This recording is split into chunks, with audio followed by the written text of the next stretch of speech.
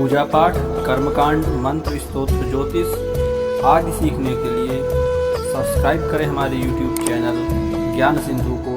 साथ ही bell icon पर press करके आल के निशान को दबाएं। नमस्कार प्रिय मित्रों, स्वागत है आप सबका हमारे YouTube चैनल ज्ञान सिंधु पर। आज आपके सामने यह छोटा सा चार्ट उपस्थित है जन्म कुंडली का, और इस पर हम आज दाम्पत्य जीवन के बारे में विचार करने वाले हैं। यहाँ पर हमने कुछ प्रश्नों को लिया हुआ है। प्रश्न है, पहला प्रश्न है विवाह होगा या नहीं। दूसरा प्रश्न है विवाह कब तक होगा। तीसरा प्रश्न है वैवाहिक जीवन कैसा रहेगा। चौथा प्रश्न है पति पत्नी कैसी होंगी।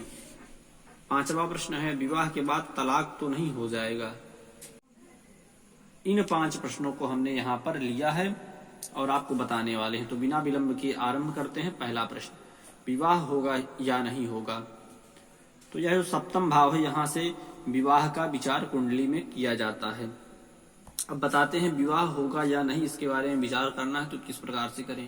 पहली बात, जो सप्तमेश हो, इस कुंडली में जो सप्तमेश बुध बनेंगे, जो भी कुंडली हो आपके सामने, उसके अनुसार मानिए सप्तमेश, सप्तम भाव के स्वामी कुंडली के किसी भाव में बैठ जाएं।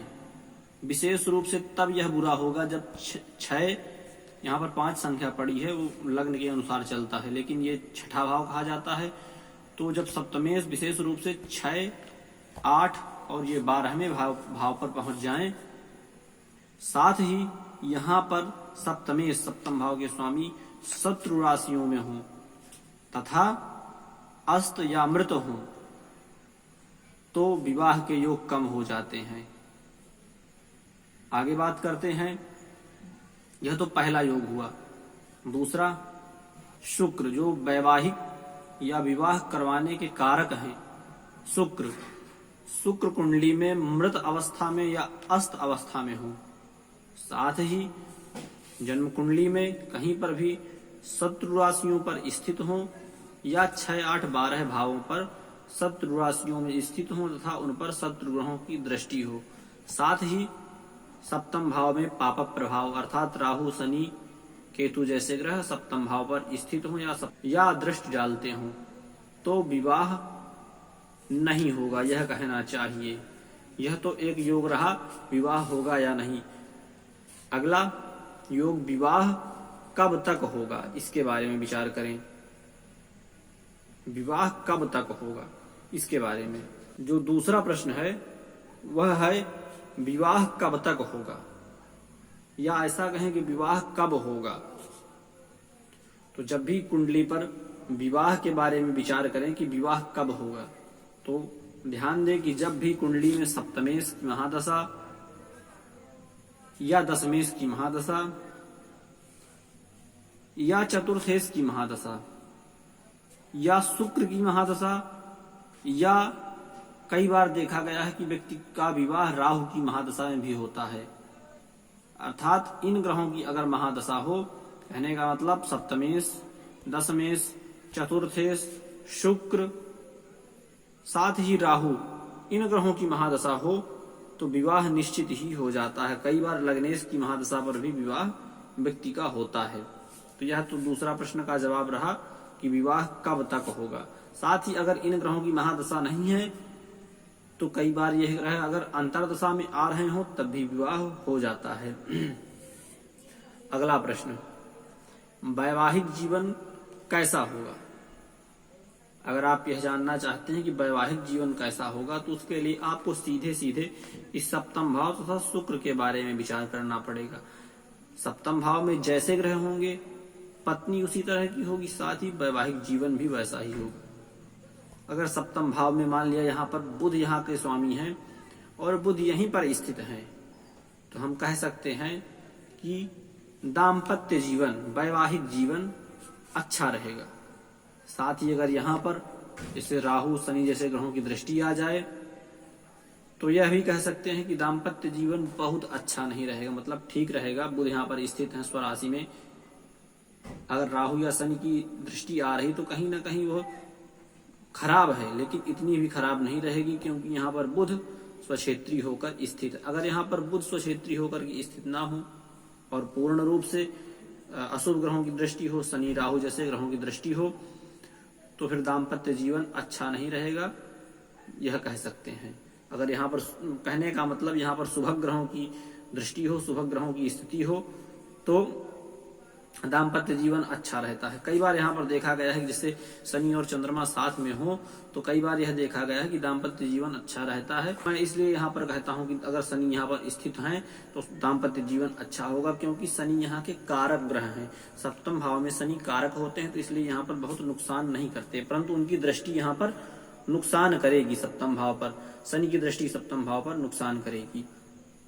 अर्थात अगर यहाँ पर शनि अकेले भी स्थित हैं तब भी ठीक है, लेकिन पत्नी उस स्थिति में बहुत रूपवान नहीं होगी। एक बात आप विशेष रूप से ध्यान रखिए, किसी भी भाव का फल कहने में उस भाव पर स्थित ग्रहों, उस भाव पर दृष्टि पड़ने वाले ग्रहों तथा उस भाव के स्वामी का विचार अवश्य कर लेना चाहिए। अगला प्रश्न है, पत्नी कैसी होगी? पत्नी का विचार अगर आपको विशेष रूप से करना है तो नवांश चक्र के साथ, लग्न चक्र के साथ साथ आप नवांश चक्र का भी विचार करिए। पत्नी कैसी होगी, यहीं से ही पत्नी का तथा पत्नी पक्ष का विचार किया जाता है। अगर यहाँ पर शुभ ग्रह स्थित हैं तो पत्नी बहुत अच्छी होगी। जैसा ग्रह होगा पत्नी का स्वभाव तथा चरित्र भी उसी प्रकार का होगा। अगर बृहस्पति जैसा ग्रह यहाँ पर स्थित है तो पत्नी थोड़ा से आलसी अवश्य होगी, परंतु पतिव्रता, देखने में रूपवान, सब प्रकार से अर्थात अच्छी ही होगी। बात करते हैं अपने अगले प्रश्न के बारे में कि विवाह के बाद तलाक तो नहीं हो जाएगा। ध्यान दीजिए, सप्तम भाव में पाप प्रभाव हो, राहु या मंगल या केतु जैसे ग्रह स्थित हों, सप्तम भाव में पापक ग्रह स्थित हों, या लग्न से पापक ग्रह की सीधी 7वीं दृष्टि आ रही हो। मैंने एक कुंडली देखी थी कुछ दिन पहले, उसमें लग्न से राहु तथा मंगल सप्तम भाव को देख रहे थे और सप्तम में सूर्य स्थित थे, तो उस व्यक्ति का कोर्ट में केस चल रहा था। इतनी विषम परिस्थिति थी। अगर आप यह विचार कर रहे हैं कि तलाक होगा या नहीं, तो जन्मांक चक्र के साथ साथ आप नवांश चक्र अवश्य देखिए। तो तलाक के योग तभी बनेंगे जब सप्तम भाव में केतु, मंगल, राहु जैसे ग्रह स्थित हों या इनकी यहाँ पर दृष्टि आती हो। राहु तो विशेष रूप से, अगर यहाँ पर अंगारक योग बन जाए, राहु तथा मंगल स्थित हो जाए, तो निश्चित ही विस्फोटक स्थिति होगी। या लग्न से या कहीं से भी राहु तथा मंगल की दृष्टि आ रही हो तो निश्चित ही डिवोर्स हो जाता है, अर्थात तलाक हो जाता है। और यह तब बात बिल्कुल ठोक करके कह देनी चाहिए जब नवांश चक्र में भी ऐसे योग बन रहे हों।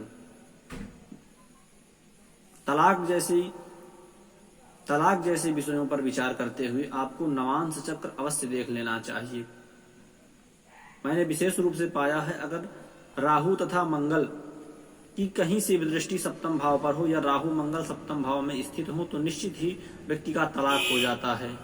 अगर यही स्थिति नवांश चक्र से भी हो, मान लेते जैसे नवांश चक्र है तो यहाँ पर राहु या मंगल स्थित हो या यहाँ पर राहु या मंगल की दृष्टि आ रही हो, तब तो पूर्ण रूप से तलाक के ही योग बनते हैं, ऐसा कह सकते हैं।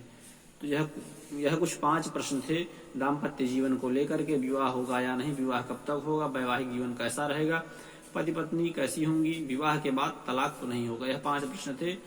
वीडियो अच्छा लगा हो तो वीडियो को लाइक अवश्य करिएगा। नमस्कार, पुनः मिलते हैं आपसे एक नई वीडियो पर।